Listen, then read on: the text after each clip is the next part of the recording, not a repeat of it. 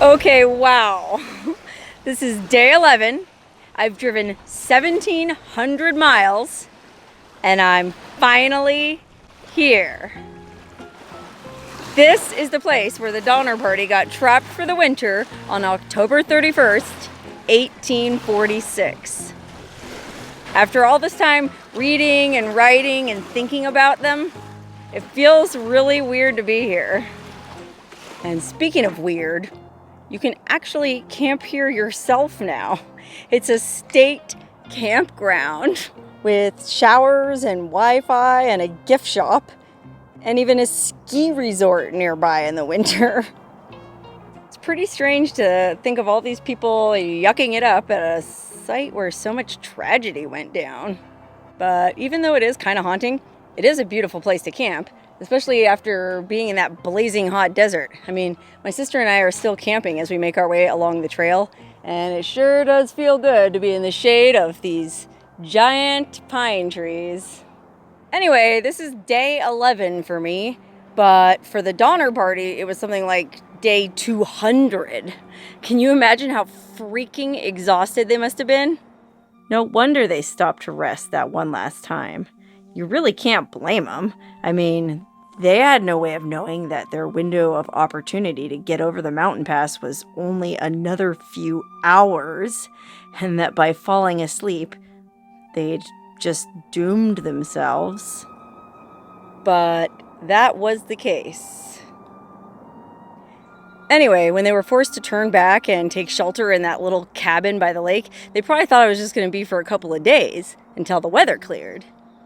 Little did they know, the weather wouldn't clear for months. Over the next few days, various families tried to cross the pass again 2 or 3 more times, but each time the snow was so deep that it forced them to turn back and retreat to the base camp by Donner Lake, where the Breen family had already settled into that old cabin. And, apparently deciding it was best to just settle in for the winter, a couple of the other families built cabins too. This giant boulder here actually formed the back wall of the cabin that the Murphy family lived in. It's kind of creepy that you can actually come here and stand right at the site where this cabin stood. In fact, it's a walking trail now. Meanwhile, the 2 Donner families were stranded 6 or 7 miles back on the trail at a place called Alder Creek, where George Donner had cut his hand trying to repair his broken wagon axle. Well, when they got snowed in there, they ended up building a sort of lean-to against a tree trunk. Now, at this point, everyone in the party was very low on supplies. Remember, they'd been low on supplies since crossing the Salt Desert. I mean, they sent that guy Stanton ahead for reinforcements, and he did come back and bring them some flour and beef, but they were already low again. I mean, they still had some oxen and cattle, and they killed a couple of those so they could use the hides to make roofs for their cabins. So they had the meat from those to last a while. And because there was so much snow on the ground, the meat stayed frozen and they didn't have to worry about it spoiling. But remember, many of the party's animals had been killed by Indians when they were crossing the desert, and a lot of the rest had already frozen to death and were so covered in feet of snow at this point that they couldn't even find them. And believe me, they tried. They rigged up a long pole with a nail at the bottom, and they went around stabbing it into the snow trying to find them, but there was so friggin' much snow everywhere. I mean, this was a gnarly storm and a gnarly winter. They never did find most of them. So it wasn't like they had very much meat to last 83 people all winter. And forget about looking for any vegetation. All of that was buried in snow too. Some of the men did try hunting, but it was winter in the mountains, so most of the animals were hibernating, so it was pretty slim pickings. I mean, a wolf here, an owl there, a few mice. And William Eddy actually did manage to shoot and kill a grizzly bear once. They made their meat last as long as possible, but after weeks on end, the situation was getting pretty grim. Remember, they were already malnourished. I mean, they'd been low on supplies since at least after crossing the Salt Desert.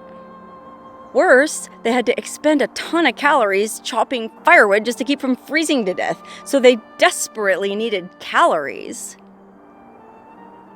As the days turned to weeks with no break in the weather, the desperate immigrants tried everything they could to get out of there. I mean, anytime there was even a tiny break in the weather, they would attempt to cross the pass again, only to be turned back every time by the snow, which was like 10 to 20 feet deep in places. After weeks of being trapped and starving, some of the immigrants were so desperate they made snowshoes out of the yokes the oxen wore to pull the wagons. And then a group of 17 of the healthiest people set out to try and cross the pass again to get to Sutter's Fort for help. They figured if they could just make it to Sutter's Fort and let the people there know what was going on in the mountains, someone would come rescue them. Little did they know that James Reed, who'd been banished from the party back at Iron Point and had ridden ahead to get supplies, had finally made it to Sutter's Fort himself, but even he couldn't make it back because of the snowstorms. The weather was that gnarly that winter. These people were stranded. As the weeks went on, the desperate pioneers ate everything they could. When all the meat was gone from the oxen and cattle, they boiled the bones and ate the marrow. And they even ended up boiling the ox hides from the roofs of their cabins to make a sort of gluey goo that I guess had some kind of nutritious value. The Reed family finally even killed and ate all their little lap dogs. Eventually, most of the families had absolutely nothing left to eat. And so, infamously, they turned to cannibalism. Now, a lot of people are really grossed out by the idea of eating human flesh, but think about it. What would you do if your kids were starving to death? I mean, it's not like they had to kill anyone to eat them. After a few weeks, various party members started dying of starvation anyways. So as gross as it sounds, there was plenty of frozen protein laying around. But imagine how horrible it was for these people. I mean, weeks became months with no food and no sunlight. I mean, the cabins were buried in feet of snow and they had to dig tunnels from the front doors just to get up so they could get more firewood. And I'm guessing they were absolutely filthy by then, crammed into those stinking dark hovels. I mean, I don't even know if they climbed to the top to go pee or poop. They probably did that in the cabins too, although I'm not even sure they did poop because they weren't really eating much food. Anyway, compared to their already disgusting situation, cannibalism wasn't that bad. I know it's hard to picture all this freezing cold misery when it's a beautiful, bright blue, sunny day in mid-July. And I did think about coming back up here to finish this video in the middle of winter to be more realistic. But Donner Pass is no joke. I mean, even though Interstate 80 goes over it now, it still gets snowed in sometimes. Anyway, while the survivors stuck up at Donner Lake were hunkered down in their miserable, stinking cabins, the people that had left on snowshoes had it even worse. They did make it over the pass, but their progress was slow, probably because they were almost starved to death. They'd brought what little dried beef they had, but it didn't last very long, and they also resorted to cannibalism, eating the members of that party who succumbed to exhaustion and starvation. Let me just pause for a second to remind you how frustratingly close the Donner Party had gotten to safety.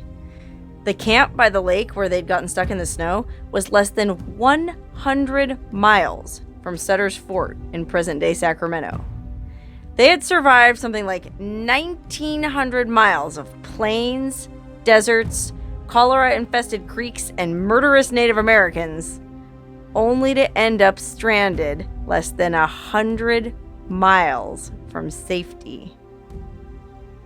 I mean, if you read the accounts of that snowshoe party's ordeal, it's absolutely horrifying. I can't believe any of them made it out alive. But as it was, only 7 of the original 17 ended up making it to Sutter's Fort.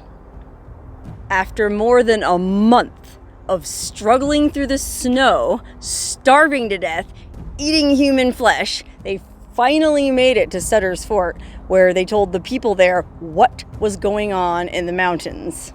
By now it was mid-January, and the weather was still so bad that a rescue party wasn't able to get up to Donner Lake until February 19th.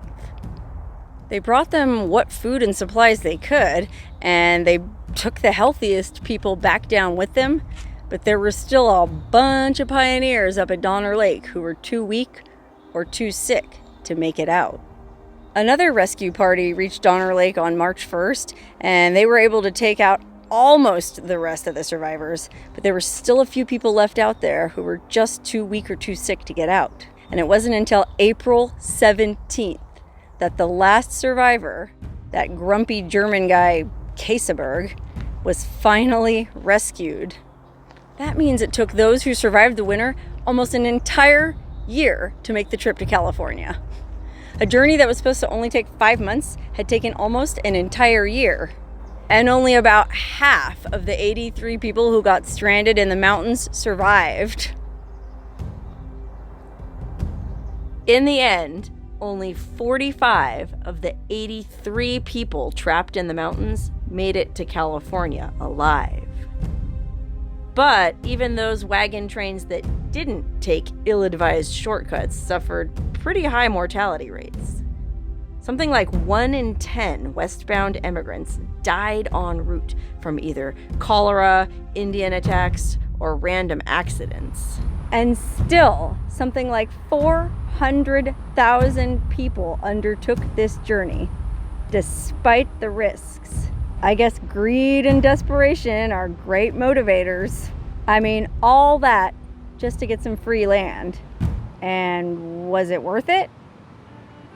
Looking at land values in California today, I guess you could say so. Families from the Donner Party ended up settling all over Northern California, from Napa to San Jose. In other words, some of the most valuable real estate in America today. Some families, like the Reeds and the Donners, were already pretty prosperous back home, so it's fairly easy to label their motivations as pure greed. They wanted more than what they already had, and by gum, if they had to suffer a few deaths or kill or displace a few Mexicans or Indians along the way, then so be it. But most of the families who made the journey were not well-to-do. They were simple farmers, craftsmen, or recent immigrants who were just looking for better lives for their families. And can you really blame them for that? Following this trail has given me an interesting new perspective on migration. I find it particularly interesting that pioneers on the California and Oregon trails are called emigrants with an E instead of immigrants with an I. I mean, if you read the definitions of both words, an emigrant is someone who leaves one country to go to another, and an immigrant is someone who comes to one country from another. Well, by definition, the pioneers were actually both. They emigrated from the United States and immigrated to California, which at the time was still part of Mexico. But we consistently refer to them as emigrants. I wonder why that is. In any event, as a native Californian myself, I'm grateful to those who cleared the way for my own forebears who didn't come to California until the 1930s. My grandparents came here as children of sharecroppers and shopkeepers from Missouri and Texas and Louisiana, and they were able to provide comfortable lives for their children, my parents, who were in turn able to provide comfortable lives for my siblings and me. But then as now, everyone wants to come to California. And unfortunately, you can't just show up and grab free land anymore. The cost of living is through the roof. So I ended up moving back eastward to Nevada to make a better life for myself. But I'm still a Californian at heart, and I'm still a tiny piece of the great American westward migration that, for many pioneers, ended here at Sutter's Fort in Sacramento. When westward bound emigrants reached Sutter's Fort in present-day Sacramento, they knew they'd finally made it. And there's a museum here today with some really cool exhibits and some really interesting artifacts. But for me, the most interesting artifact is this little wooden doll. This little doll belonged to Patty Reed, one of the daughters of James and Margaret Reed. You know, the Reed family who lugged that heavy Pioneer Palace car across the country. The Reed family that was separated by violence at Iron Point.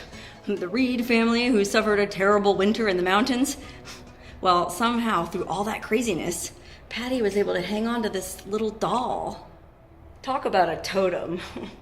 If this thing could talk, well, it would probably quote Patty's older sister, Virginia Reed, who famously wrote in a letter to one of her cousins back home, "Never take no cutoffs and hurry along as fast as you can."